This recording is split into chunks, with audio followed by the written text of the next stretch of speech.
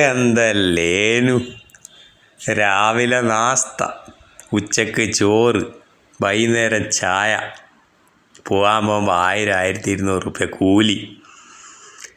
എന്തല്ലേനു നമ്മളെ നാട്ടുകാരെ കൊണ്ട് കയ്യായിട്ട് ബംഗാളിൽ നിന്ന് UP എല്ലാം പിള്ളേരെ കൊണ്ടാണ്. പിള്ളേർ പണിയും കഴിഞ്ഞിട്ട് പോകുമ്പോൾ ടവറിൻ്റെ മുമ്പിൽ നിന്നിട്ട് ഫോട്ടോ എടുത്തിട്ട് ബുർജ് ഖലീഫൻ്റെ മുമ്പിൽ നിന്ന് ഫോട്ടോ എടുത്തിട്ട് അയച്ചു കൊടുക്കുന്ന പോലെ അയച്ചു കൊടുക്കൂ. എടാ ബംഗാളിൽ ഓരോ നാട്ടിലേക്കും സ്റ്റാറ്റസ് ഇടും. എന്നാൽ ഇതാ മക്കളെ, ഇങ്ങളെ പണിയും തീർന്നിനി. ഇങ്ങനത്തെ 1-2 നാട്ടിൽ വന്നാൽ പിന്നെ പരക്ക വരുത്തായിരിക്കും. ഒന്നും കൊടുക്കണ്ട, തിന്നാനും കൊടുക്കണ്ട, കുടിക്കാനും കൊടുക്കണ്ട.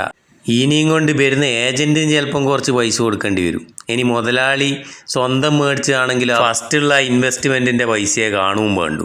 ഇനി ഏതെങ്കിലും ബാങ്കിനെ സമീപിച്ചാൽ അവർ മാസം തവണകളായിട്ട് കൊടുക്കുകയും ചെയ്യും. അതുകൊണ്ട് മക്കളെ തീർന്നിനി കേട്ടാ. നാട്ടിൽ വന്നിറങ്ങിയ എല്ലാ ബംഗാളിയും എല്ലാ ബീഹാരിയും തിരിച്ചു പോവുകയും ചെയ്യണോ, നമ്മളെ നാട്ടുകാർ വെറുതെ പുരക്കിരിക്കുകയും ചെയ്യണം കേട്ടാ. ഇതാണ് ഇന്നത്തെ അവസ്ഥ. വേറെ ആരുമല്ല, നമ്മൾ തന്നെ കാരണക്കാർ, നമ്മൾ തന്നെ. ഇനിയും കുറേ പറയാനുണ്ട്, തീരൂല പറഞ്ഞാൽ. എന്തെല്ലാം കൊണ്ട് നടക്കുന്നുണ്ട് ഇവന് നോക്കൂ. ഇവൻ എടുക്കാത്ത ഒരു പണിയുമില്ല കേട്ടാ.